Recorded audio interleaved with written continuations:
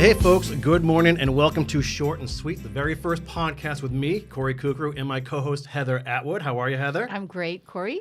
We are here at the 1623 Studios up at Blackburn Center for the first of what, hopefully, a very long series of foodcasts about food and cool conversation and local items and that sort of a thing. I think we could go on a really long time, and I'm hoping we do. We had probably a 25-minute conversation, just the two of us, accidentally, in the room next door. And that's where this all started, right? Yeah. So we met, I guess, 6 weeks ago or so? Has it been that long? Maybe less than that. And the idea was, we want to do a podcast together. And 1623 thought it'd be a great idea to pair you and I.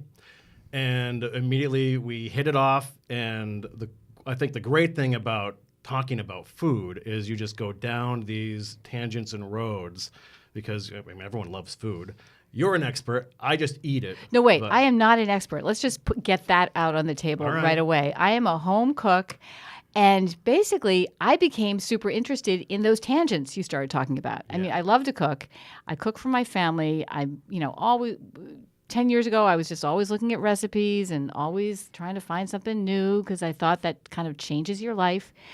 But I was also writing, and I was writing about people, and food is actually such a great way to enter someone's life and to learn about them, along with the tangents. There's history, there's culture, there's personal history, there's the history of your community. Food says so much. Right. So that's what we're going to be covering here, right? Yeah, it's really cool. So I guess the aim of the podcast is to share those stories, go down memory lane here for some folks to share some awesome tips, some great recipes, bring in cool guests, and celebrate all that is about food and drink here in Cape Ann.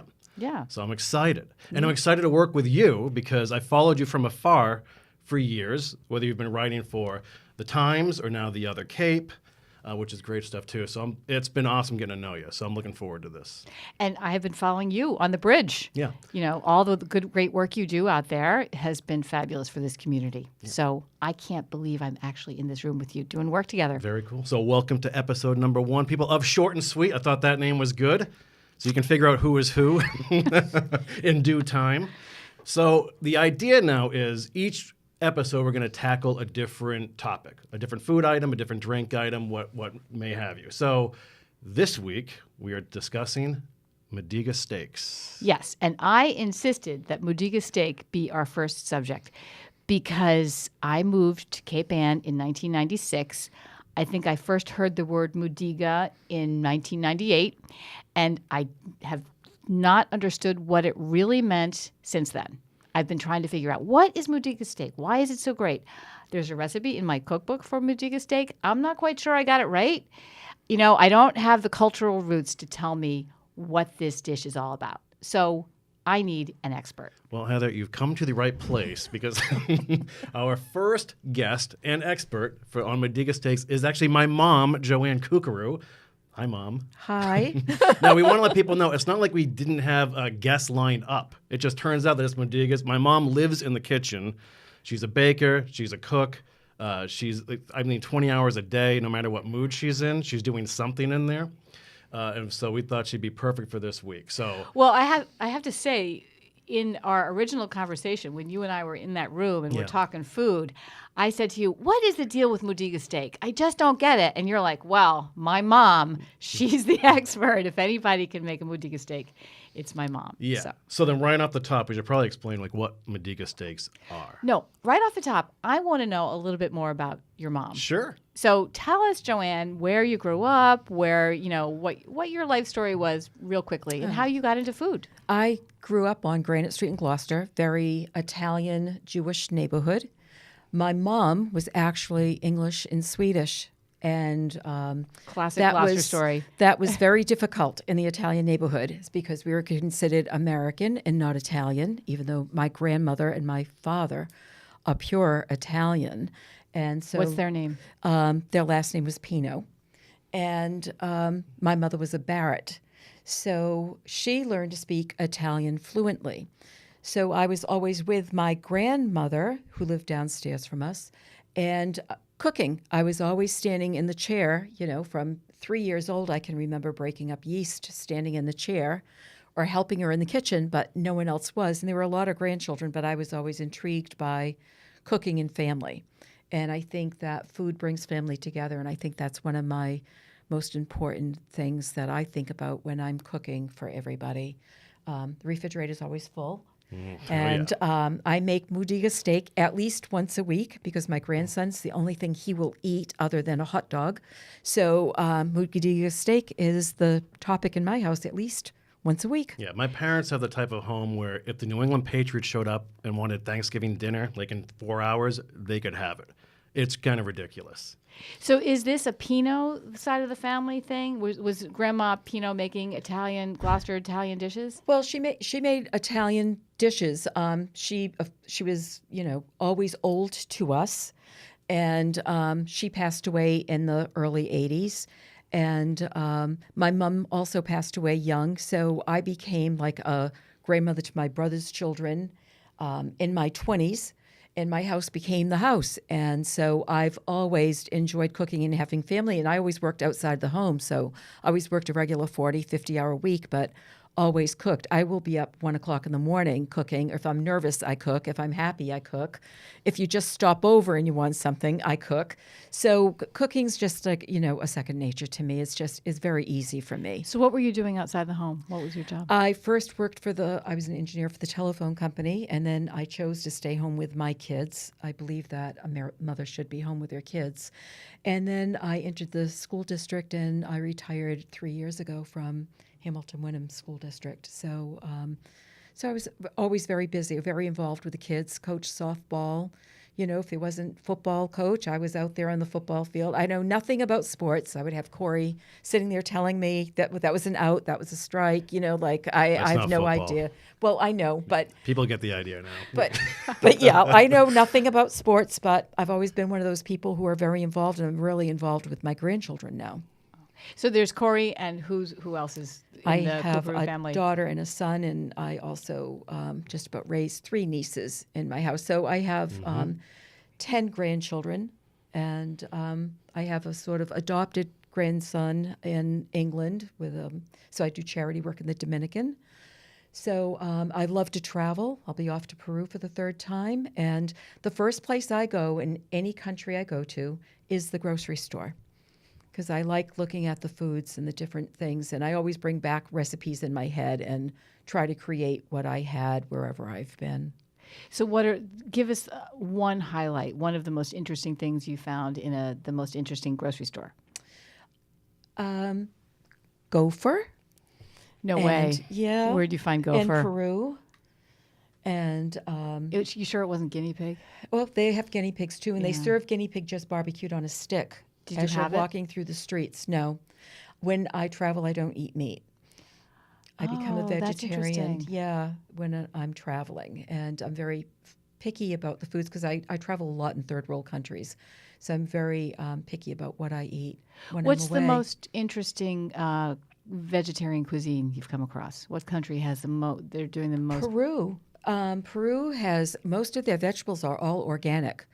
Because I go out into small villages with 20 to 30 people in villages, so the food is all organic. They don't use any chemicals in the grounds at all.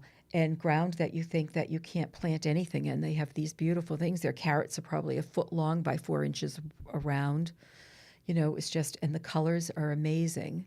No, I had heard that happens in countries because they simply don't have the economy to buy all these fertilizers and things like that. Is that what was going on in Peru? Well, probably. And where I am, there aren't stores where you would even see fertilizers or anything. People are selling corn on the street, and it's very hard. It's very hard to find water. So they're out there on the sides of the mountains, planting and harvesting, and it's just a great experience seeing how other people live. Okay, so we have to have you back on another show. Sure. Okay? Because we have to talk, right? Exactly, the Peru hour. Yes. So let's get back to Mudiga, though. So Okay. when was the first time you tasted a Mudiga steak? Oh, probably when I was a year old. We always had Mudiga steak growing up, and Mudiga steak can be turned into anything. I mean, you can put sauce and cheese on it and make a pizziola. I mean, So what makes it Mudiga? breadcrumb. breadcrumb is Mudiga is breadcrumb. So Mudiga is actually the word for breadcrumb in Right, yeah, Gloucester, bread Sicilian. steak. Italian. Yep. Okay. Yes. All right. So is that really it? Is that what Mudiga is? it. Breadcrumb? That's it. Okay. And they are a seasoned breadcrumb, right? Yes. Yes. Okay. So you would season breadcrumb with basil, parsley, Parmesan, Romano cheese, You start with fresh or dried breadcrumbs? dried breadcrumbs. Okay. And I would add either garlic. This has fresh garlic in it. I chop up garlic and put garlic in it. And salt and pepper. And you have to be careful of the salt because the Parmesan cheese has so much salt in it already. And fresh parsley just really chopped. And that's about it. And I know that you can buy, jarred, canned breadcrumb. Well, there's and Progresso. just doctor it up. Yeah. With okay. your own, just to make it your own. So now this Mudiga steak is particularly a Gloucester Sicilian dish, right? Sicilian Gloucester Yes. dish. Seems so. Yes, I've talked to friends I have through Facebook. I belong to a Sicilian website, well, a few of them on Facebook, and I put that out there when That's Kory another said show, he by was the way. going to do that. And I asked them, what do they do for Mudiga steak? And they're like, what? What are you talking about? So I reached out to friends in New York that are all Italian, and they had no idea. And they're like, asking me, you put it in egg and then you put it in bread. Like, what do you do with that? And, so it is a very local. Okay. St. Louis. Do you know about St. Louis? No. Well, No, I saw that you mentioned this. I didn't know what you were talking about either. when you Google Mudiga steak, at least on my browsers, all that comes up is St. Louis. And they say it's the only place in the country where Mudiga steak is made, and they use the breadcrumbs, but they don't really focus on the breadcrumbs. They focus on the cheese. And we do have cheese on our Mudiga steak too, Yes. right? Yes. Well, they have a cheese called Provel. And I don't want to talk too much about St. Louis because we're in Gloucester. But isn't that odd? That is odd, yeah. And they say Yes. they're proud of it. They say this is the only place where Mudiga, and they spell it Modiga. Right. So are they Italian? Yes, it seems to be they are Italian. And people, Sicilian? I don't know that. But people, relish the Mudiga steak there. And there's a sauce. There does seem to be the breaded steak, with the seasoned breadcrumbs, the cheese, and then a sauce. A red sauce? No, it's a white sauce. A white sauce. It's white wine based, and often mushrooms and I saw mushrooms. in white Interesting. wine. But Really we don't do a interesting. sauce, do we? Oh, no, we don't do a sauce. Okay. And it's always sauce and not gravy. That's true, too. Can we make that distinction right now? Sauce versus gravy? Yes, it's sauce. Sicilian, it's sauce. It's not gravy. Yeah, gravy's for turkey. Yes, gravy is for turkey and Who meat. does say That's gravy? the American side. Yeah, right. All right. So why don't you describe in step by step Mudiga steak, Okay. So I buy top of the round steak. I usually and why that? Why that cut? It just has more flavor. It's tender. It has a nice marble to it, and it's not something you have to tenderize. Some people will use cube steak because it's that little bit thicker and very tender. And I have used cube steak for it before. Especially if you can grill this. So if I want to make Mudiga steak on the grill, I would use cube steak because it's thicker. It wouldn't dry out, that kind of thing. And you can also, if you use cube steak, you could use cube steak and put it in oil and then the breadcrumb and then grill it and omit the egg step. Because a Mudiga steak is that you would scramble up eggs, mix up eggs and breadcrumb. Not scrambled, just mixed. Just mixed. Yeah, not cooked. Mixed, not cooked. Just raw. Yeah. Beaten. And beaten eggs. Yeah. And then you dunk it in the egg, dunk it in the breadcrumb. You and have your then- steak. You put Yes. it. It goes in the eggs, and then it goes in the seasoned breadcrumbs. Yes. Okay. And then it's fried. And I use LaSpagna oil because it has half olive oil and half vegetable oil. And the frying content is better for that. It doesn't overheat. Because it's tricky to get the steak to cook and the breadcrumbs not to burn. Is that right? Yes. Yeah. So you just, I think I watch it. just use it on watch it between low and medium. I put the oil on high to get it get it warm enough. And I think the trick too is to have your steaks already all breaded, because it's a very fast process. So then you fry it. When you see the juices coming out of the steak, you flip it. You know, you don't keep on flipping it back and forth because it will just dry it out. And that's about it. That's a Mudiga steak. And how do you serve it? We can serve it as a main course with salad and vegetables and potatoes, or most people like Mudiga sandwiches, you know, which, it's just a Mudiga steak between two pieces of bread. Some people will put lettuce and tomato. Some people will put mayo. Some people just like it plain. Okay. Yeah. And I even like it the next day in cold. Cold. That's what I like in a sandwich. You know, just grab a piece out of the refrigerator, just eat it. It blows my. I wonder if people around here actually, if you can get Mudiga steak subs. Because we've talked about Mudiga and eggs, because we've had a few places around, like Morning Glory, that was a staple on their menu for years. I think George's does it. Gambati's might do that now, every now and then, that new place in Browns Mall. So there are a handful of places that have always done You had it. breakth there recently, right? Yeah, I was there a couple of days ago. It was Looked great. good. Yeah, it Looked was really really good. good. Yeah. And he was the cook at Charlie's place for years. Oh, that makes sense then. Yeah, nice. Militello's. go. Good family. Yeah, I loved it over there. It was really nice. So, but yeah, I always wondered if, because you would never see, like, could you get Mudiga bites like on a pizza or Mudiga subs? Surfside, that'd are be you around here? listening? Yeah. Well, no, wait a minute. Surfside has a Mudiga sub, Yeah, okay, and awesome. Virgilio's does. Well, Virgilia, you can do that Virgilio's. sandwich, yeah. Yeah, I guess it's a Virgilia sandwich. that's Okay. great. But I think Surfside is a sub. But That's on the Mudiga list bites now. on pizza, that's a brilliant idea. Yeah. Yeah. Somebody get on that. Yeah, Let please. us know. Yeah, exactly. That'd be beautiful. I've got it covered, so Oh, yeah. Why don't you bring one of those in next week? So, and I want to ask a question, too, about, so there's Mudigas, right? Is there any similarity between, like, a Mudiga and Spadinis? Do you know what Spadinis are, Heather? No. Do you want to explain what Spadinis are, Ma? well, I think I do. Wait a minute, but I want to hear your explanation. yeah, you can do spadini or brogiolo. It's just the same, you know, one and the same. Is that spadini is that you bread it in smaller pieces. Mm-hmm.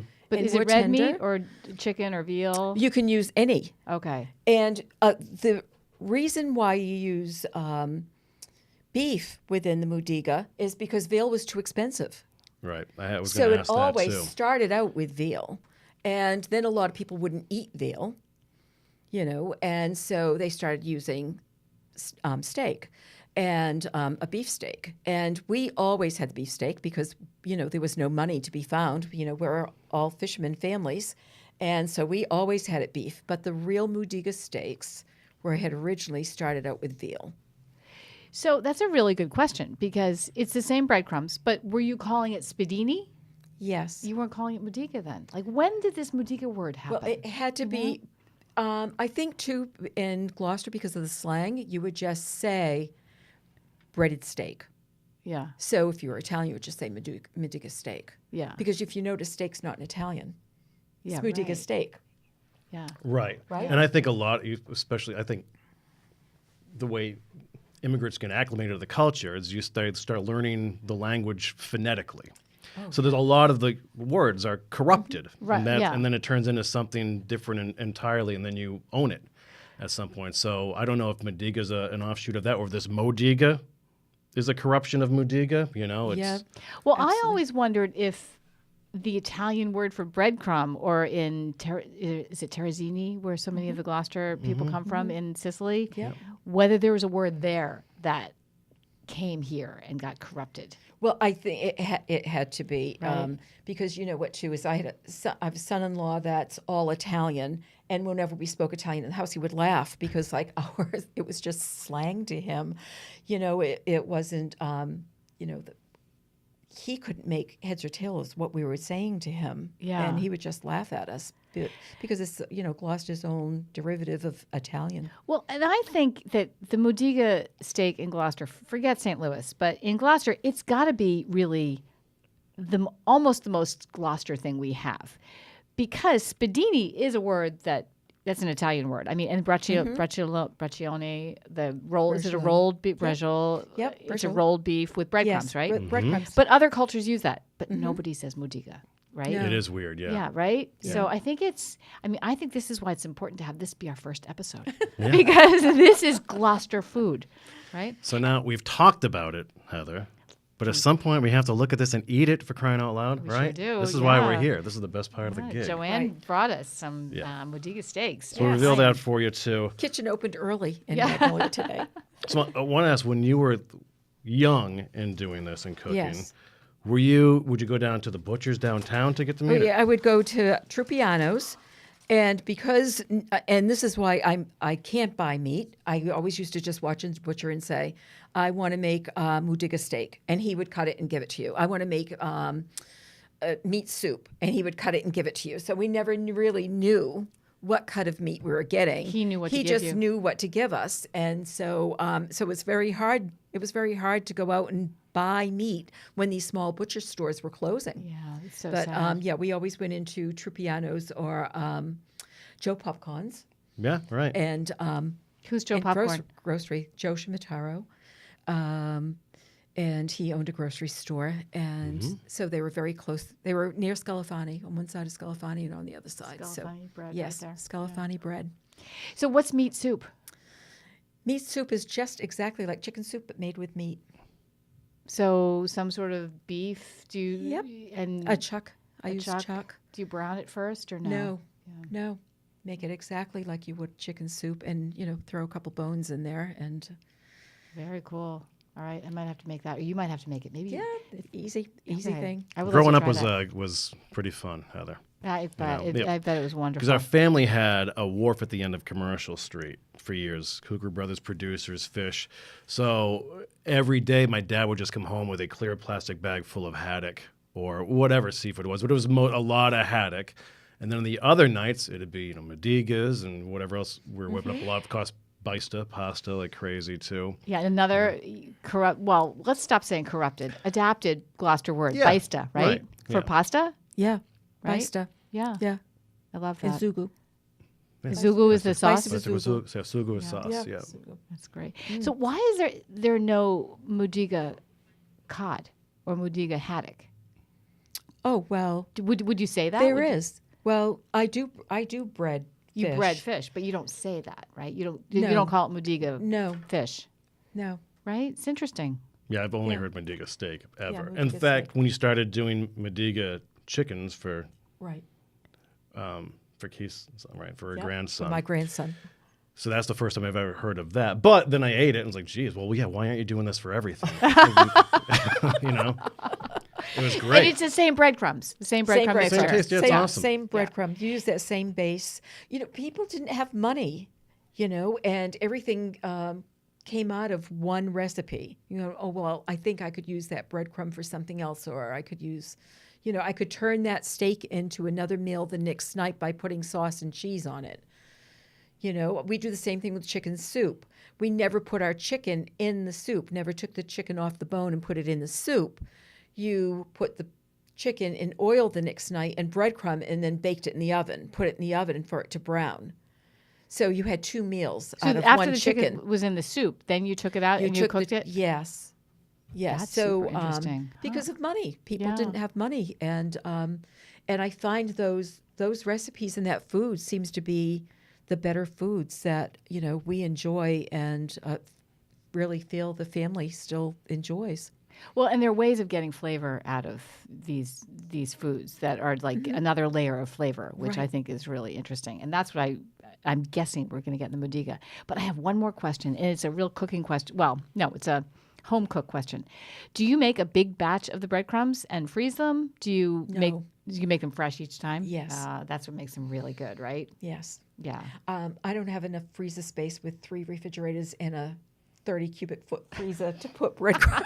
It's kind of Because ridiculous. the Patriots might show up, right? Yes, for real. We are Exactly. prepared for that. 2 or 3 refrigerators, a couple freezers, closets. There's no room for one It's little bag of nuts. crumbs. No, it's like aisles 4 and 5 at Stop and Shop or in the house.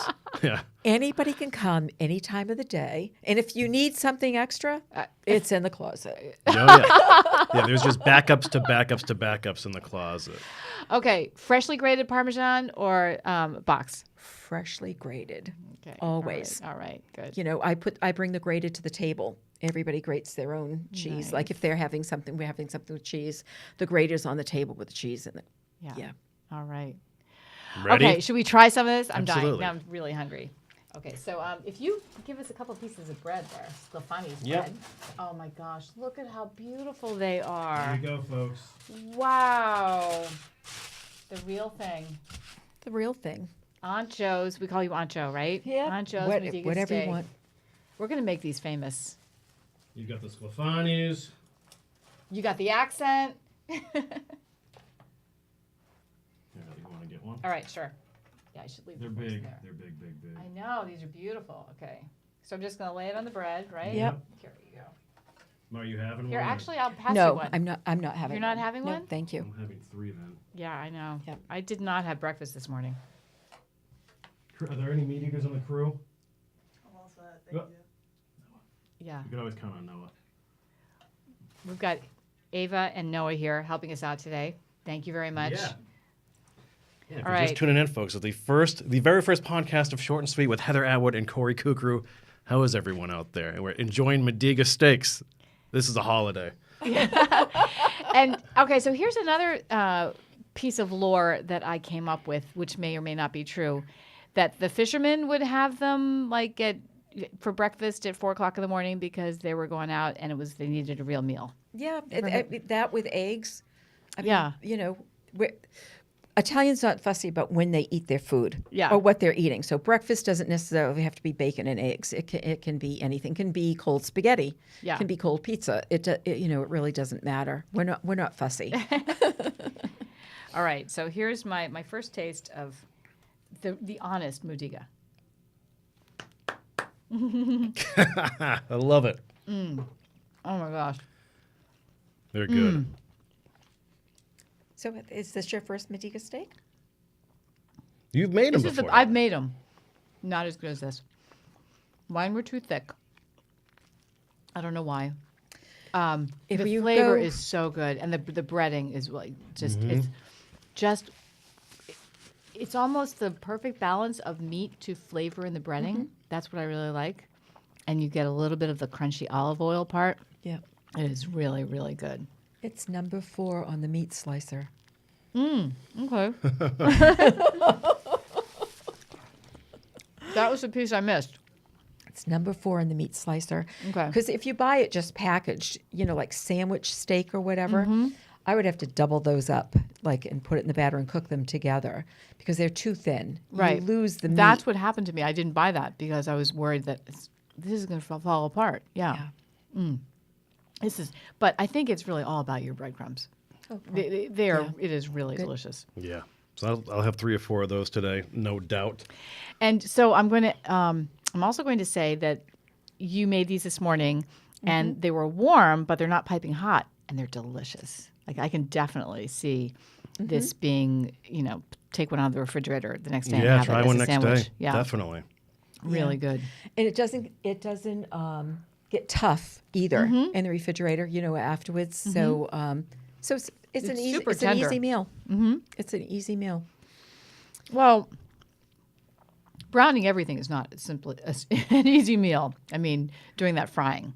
I mean, I think a lot of people back off. But to get it right, I think it's tricky to get the breadcrumbs cooked and browned and to get the meat cooked through. So, And some people dredge their meat in flour first, then do the egg wash, and then the breadcrumbs. And I Oh. don't find that necessary. A lot of people do it because they feel, one, that the breadcrumb won't fall off when you're frying it, because that does happen. And I think having your meat at room temperature, that it's better that the breadcrumb doesn't fall off. And some people think by dredging it in flour first, it's a crunchier layer on the outside. But I don't find that necessary to do. yeah, this So- is deliciously crunchy.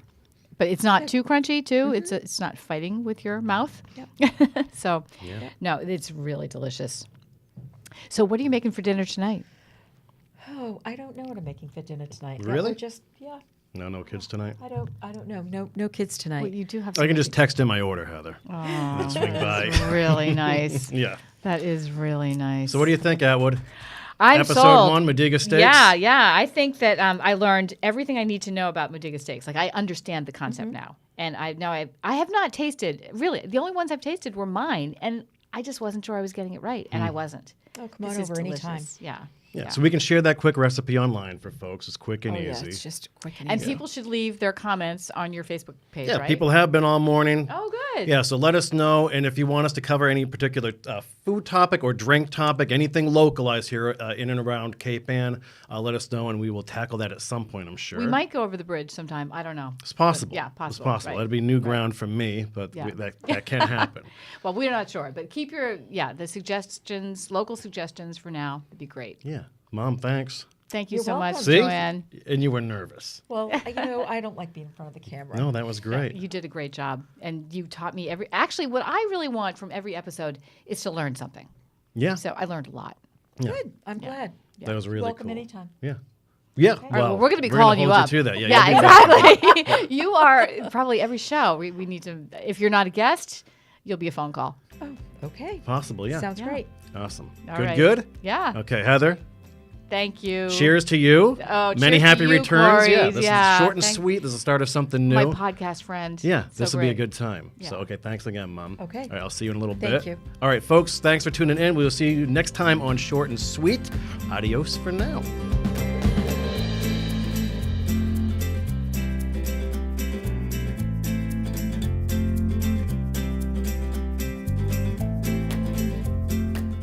All right, folks, this is the short and sweet side dish now. A little bonus footage you're going to get because we didn't get into, Mom, the side dish here, which is the leftover breadcrumb now Yes. from the Mudigas. Mudiga side dish. Yes. Right? we don't waste anything. So any of the egg that's left over and the Mudiga, the breadcrumb that's left over, we mix together and with any leftover vegetable. Well, or you mix the egg into the breadcrumbs. into the breadcrumb and add a vegetable to it, any leftover vegetable or something that you want to get rid of, or just put chunks of mozzarella cheese in it, and you fry that into patties.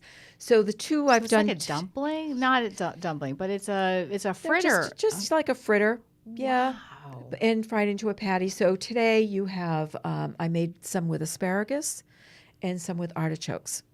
I had that left over, so that's what you have today. And I just put a little bit more cheese in it and just fried them. And so there's no waste into making Mudiga steak. at That all. is brilliant. You want to try this, Heather? Are want me you to kidding? serve This some is up like here? my favorite kind of thing, completely. So this one is which one? Let me see. Oh. That one. Looks, I was going to use my fingers. Yep, You can. absolutely. Use your fingers. Let's just see. So it's asparagus and Asparagus. okay. This is asparagus. Oh my Yeah. gosh, it looks so beautiful.